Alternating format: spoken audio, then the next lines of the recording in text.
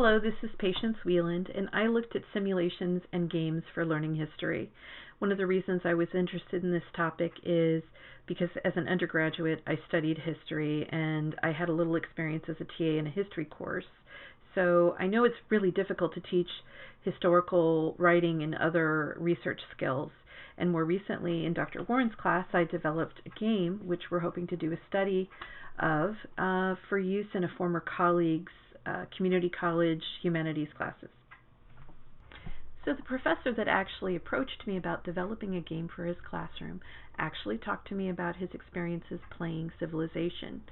Thousands and thousands of people have played this game, which along with the Oregon Trail is the best known of the historical strategy and simulation games. Now, there isn't a lot of quantitative study of how well students learn after using Civilization. There is evidence they enjoy playing Civilization in the classroom, even if they're an underachiever. And there's been a little bit of controversy over the fact that Civilization and similar games haven't really kept up with how history is taught today, which is that it is a process and it's multifaceted, and there's very different ways of theorizing about history and historical inquiry skills that students need to learn. So the biggest criticism that comes to Oregon Trail and Civilization is that they oversimplify historical situations. A big example would be that Civilization avoided completely talking about slavery in many iterations of the game over several decades. There's also persistent complaints about Western bias, including that Civilization means in this game to end up with a civilization that's very industrialized, that has a lot of technology. But an opposing view is that this is exactly why people should play this game with their students, that it can teach you about unconscious cultural bias, that you can use it extensively for discussion, debriefing, and critical thinking. There are some innovative history games that have been discussed in the literature. One of them is Final Fantasy X and Alpha Centauri, which is by the same designer behind Civilization. They both deal with fictional history, and that's been discussed as a way for learners to consider how collective cultural memories are developed. Tecumseh Lies Here is an augmented reality game about the War of 1812. With an ARG, you can go across digital platforms and into the community. And in this case, the game actually rewarded players who went to the library and pulled out physical books by giving them additional clues.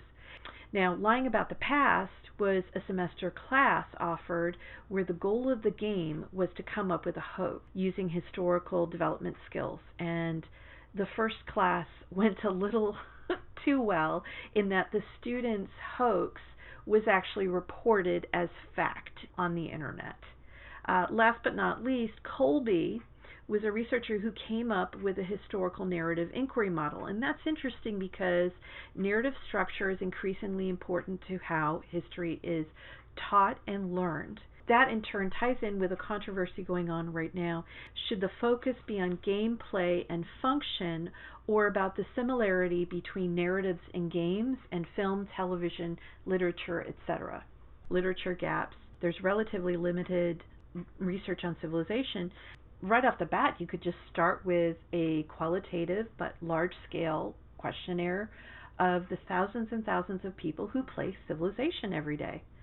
And why there was very little about World War II combat games, which are very, very common, and whether they, in turn, imply that there are inevitable or proper outcomes. Does a historical game build on a sense of control, make players feel less fearful, as it's been suggested about modern wargaming? Looking at Colby's narrative inquiry model, I think it would be very interesting to look at doing game creation while using her model, so students could be creating games and learning historical investigation and writing skills. And maybe it would be a good fit for gamification. Additionally, there's not a lot about ARGs. Usually, when it's discussed in the literature, it's because a game has been played once. But is it possible that they could be developed maybe as AR objects that could be used as a modular thing in multiple classrooms?